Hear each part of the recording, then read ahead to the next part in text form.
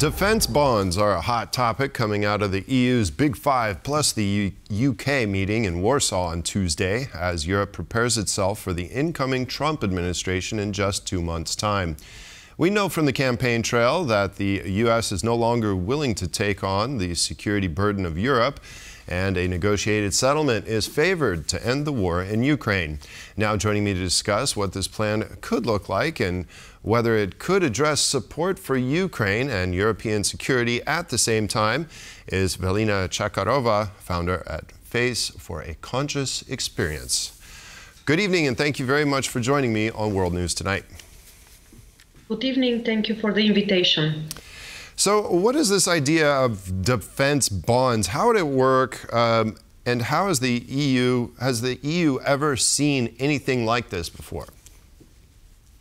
So first and foremost, it's about signaling. Of course, here we talk about the 5 big European countries, and it's important to speak with one voice. So clearly, it's about the coordination, because we know for a fact that the discussion on bonds, and in this case, defense bonds, has been ongoing, has come from countries like Estonia.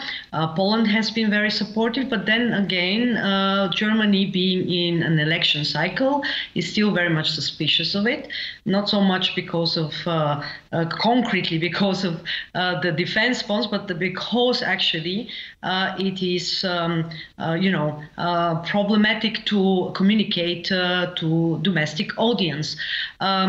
So the 5 countries, of course, are Germany, France, Italy, Spain, and Poland. As I said, these are the 5 big countries.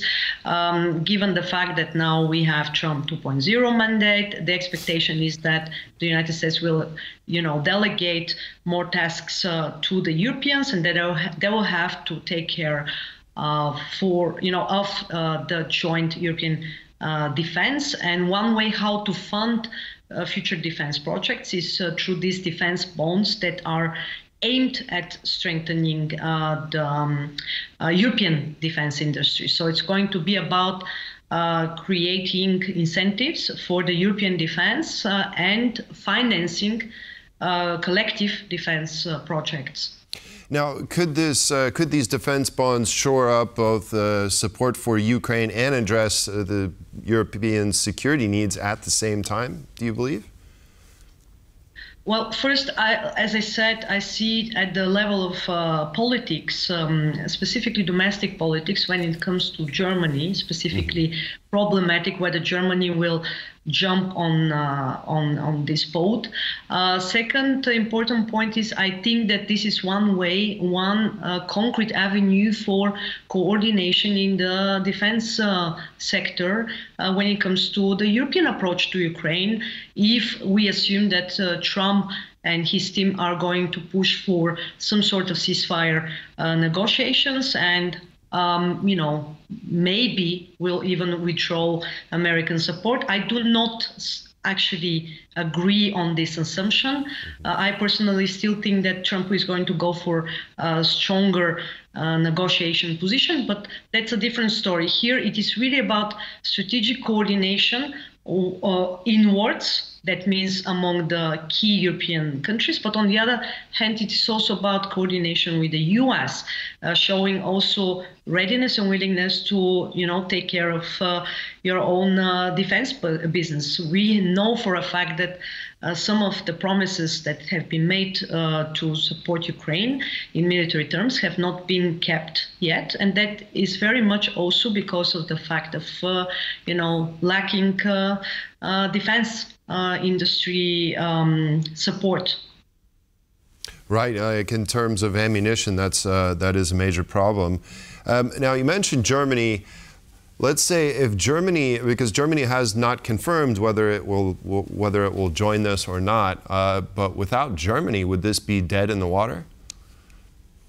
No, not necessarily, but certainly it will be a very negative messaging. Again, up until February 2025, when the next election should happen in Germany, I just cannot imagine that the German chancellor will be eager to, agree on any kind of promises, especially when it comes to additional spending, because this bonds initiative, even though that it's specifically meant for the European defense initiatives, is about spending more money, creating more debt. And in a sense, of course, this is problematic right now for Germany. Now, if we talk about France, again, on the side of statements, of course, the French President Macron was very strong, has been very strong so far. But if we take a look at the statistics, the numbers, we know for a fact that France has also not been delivering enough for Ukraine. And then we have Italy, Spain, with their, traditional problems at home right now. Spain very much, dealing with the post-flooding situation at home. And then we have Poland, which has to somehow show leadership. Obviously, there will be countries, I would argue, in Central Eastern Europe, in the Scandinavian, that will be interested in somehow actually participating in this initiative. But then again, it is very important that the key players are on the same page, which I think is going to happen after February, after February 2025, when we have more clarity in terms of the political landscape in Germany.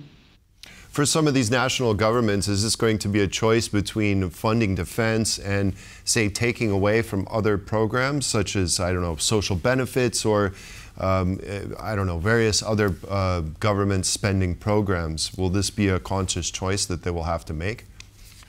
I think that this is the one big dichotomy right now, because if you read the most recent plans and reports by personalities like Draghi or Letta, you clearly see that the emphasis has been put on reviving the industry, creating more competitiveness within the European Union. But then again, of course, if we look to the necessities in Central Eastern European member states, specifically the closer we come to Ukraine, and then of course we have also the programs for Ukraine, we clearly see that the emphasis is put on security. So I see the first big dichotomy between what to be saved first, what to be funded first, industry versus security.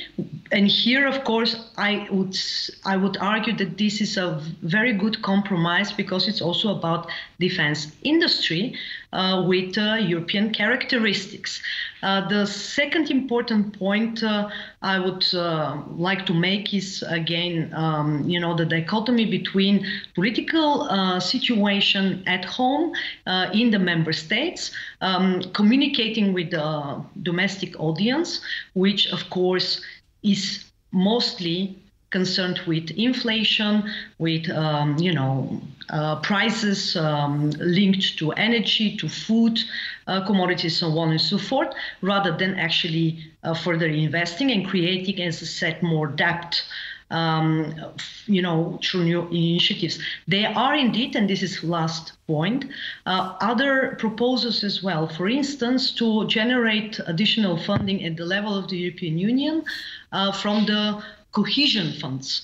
Again, this is a good proposal because the cohesion funds have not been fully, let's say, used so far by the member states for various reasons.